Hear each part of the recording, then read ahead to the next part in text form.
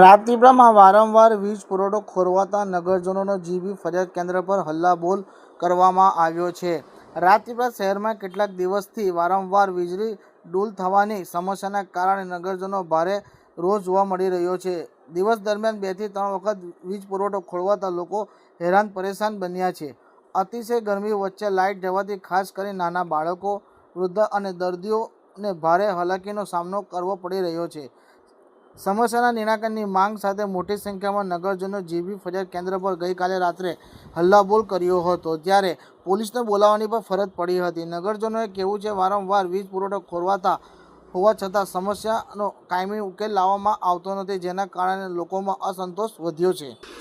ખાસ કરીને કેટલાક નગરજનોએ જણાવ્યું છે કે વારંવાર જીબીના અધિકારીને ટેલિફોનિક કરતા તેઓ દ્વારા ફોન રિસીવ કરવામાં આવતો નથી અને કેટલાક નગરજનોએ જણાવ્યું હતું કે કેમ કલેક્ટર વિસ્તારમાં લાઇટો જતી નથી, આ જ વિસ્તારમાં લાઇટો જાય છે, તેવા અનેક ગંભીર આક્ષેપ કર્યા છે। ધારણ 4 વાર લાઇટો જતી રહે છે, 7 વખત। તો આજે ક્રિકેટ મેચ હતી ફાઇનલ અને લાઇટો ગઈ છે, શું કહેશો તમે? અરે ભાઈ, ક્રિકેટ મેચ જોડે કોઈ લેવા દેવા નથી, પણ લોકો ઉંમરવાળા લોકોને હોવાનું અને ટાઈમ થઈ ગયો છે, અમુક લોકો બીમાર હોય તેના માટે આજે લાઇટ માટે આવ્યા છે। હું જવાબ મળ્યો અહીંથી અહીંયા ગાડી એવું કહે કે કશી કોઈ ખબર જ નથી અમને, અધરતાલ જવાબ આપે। આજે 7 વખત લાઇટ ગઈ, રાત્રે 2:30 કે 3 ગાળામાં ગઈ, ત્યાર પછી 7 વાગે ગઈ, ત્યાર પછી બપોરે 1:30 વાગે ગઈ, ત્યાર પછી 4:30 ગઈ, એટલે 7 વખત ગણી લેવાનું। અને આ જીબીને પૈસા જોઈએ તો પહેલાં મળે છે, ત્યાર પછી મળતા નથી, આપણે પહેલાં આપી દેવાનું। અહીં તમે આવ્યા તો શું જવાબ આપ્યો? કેમ લાઇટો ગઈ? ખબર જ નથી, કર્મચારી કર્મચારી જ નથી। એન્જિનિયરનો ફોન લીધો તો એન્જિનિયરનો ફોન સ્વિચ ઓફ બતાવે। આજે ફાઇનલ મેચ હતી અને લાઇટ ગઈ છે, મારે ફાઇનલ હાથે લેવા દેવા નહીં, મારે એસી ફૂંકાઈ જાય એની હાથે લેવા દેવા છે। કમલેશ કુમાર બજુભાઈ છે। આ જીબીની અંદર દિવસ પર 4 વખત લાઇટ જાય છે, વોલ્ટેજના પ્રોબ્લેમ આવે છે, ઇલેક્ટ્રિક વસ્તુ ફૂંકાયનો જવાબદાર કોણ? બીજી વસ્તુ કે જ્યારે કમ્પ્લેન કરવા હોય તો કમ્પ્લેન પર માણસ બેઠો હોય ખાલી કમ્પ્લેન નોંધે છે। આટલી બધી પબ્લિક રાજપીપળાને આવવા છતાં બી જેના પાસે ચાર્જ છે, ઇન્ચાર્જ છે, એ સ્થળ પર હાજર કેમ નથી રહેતા? એમની ફરજ આવે ઉપર 24 કલાક બોર્ડ માર્યું છે કે તમને અમે જીબીની સુવિધા 24 કલાક આપીએ છીએ, બરાબર? તો એમના ઇન્ચાર્જ અહીંયા હાજર રહેવું જરૂરી છે।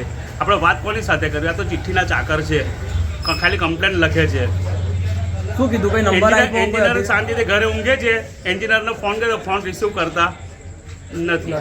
લાઇટ બિલ ના ભરે તો મીટર લાઇટ બિલ અંદર મીટરની આપણા લાઇટ બિલ અંદર લખે છે કે તમને સર્વિસ ચાર્જ તમારો કાપવામાં આવે છે। જ્યારે માર્ચ એન્ડિંગ આવે છે તો બરોડાથી એ લોકો સ્ટાફ લાવે છે, માર્ચ એન્ડિંગના ટ્રાઇબલ એરિયાની અંદર જેથી લાઇટ બિલ ભરાતું નથી એ લોકોને બિલ કાપવા, મીટર કાપવા માટે એ લોકો બરોડાથી સ્ટાફ લાવે છે। તો અત્યારે સ્ટાફ તમે લાઇટ માટે કેમ આટલા નથી લાવતા? દિવસમાં 4 વખત લાઇટ જાય છે તો તમે સ્ટાફ એટલો લાવો ને। લાઇટોની સમસ્યા વારંવાર થાય છે, નથી કોઈ ફોન ઉપાડવા તૈયાર કે નથી કોઈ ડીઈને ફોન કરે તો નહીં। આ નાના નાના ભૂલકાઓને ઊંઘ નથી આવતી।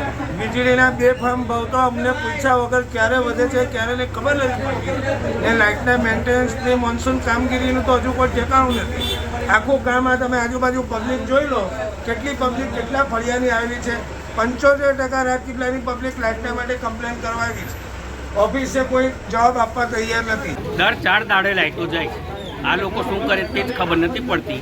એમને વીજ લોડ વધતો હોય તે પ્રમાણે ટ્રાન્સફોર્મર બદલવા જોઈએ, એ કોઈ કામ કરતા નથી અને એમની મિતે બેસી રહે છે। સાહેબોની ઘેર લાઇટો રહે છે અને સામાન્ય પ્રજાની ઘેરે લાઇટો રહેતી નથી। કલેક્ટર સાઈડ કમ લાઇટો નથી જતી ને આપણે પણ કેમ જાય છે, તેનું કારણ શું છે? તો આ રીતનું ના થવું જોઈએ, દરેકને સરખો ન્યાય મળવો જોઈએ, એ રીતની અમારી માંગ છે। અને ફરીવાર લાઇટના હવે વારંવાર ટ્રાન્સફર ના જાય તેની કાળજી રાખવા વિનંતી છે। એ રીતે લાઇટો જે બંધ કરી દે છે તે બહુ ખોટું છે। આ રીતનું દર વખતે ના કરવું જોઈએ। અને માર્ચ આવે છે અને બિલો તો આવી જાય છે ટાઈમસર, ડ્યુ ડેટ સાથે, અને પકડ ગાડીનું ઉભો રહી હા, તો ટાઈમ પર લાઇટો બી મળવી જોઈએ ને। તરત આવીને પકડ ગાડીનું ઉભો રહી છે કે ભાઈ આ તમારું બિલ ભર્યું નથી, ચલો કાપવામાં આવશે, આવું તેવું।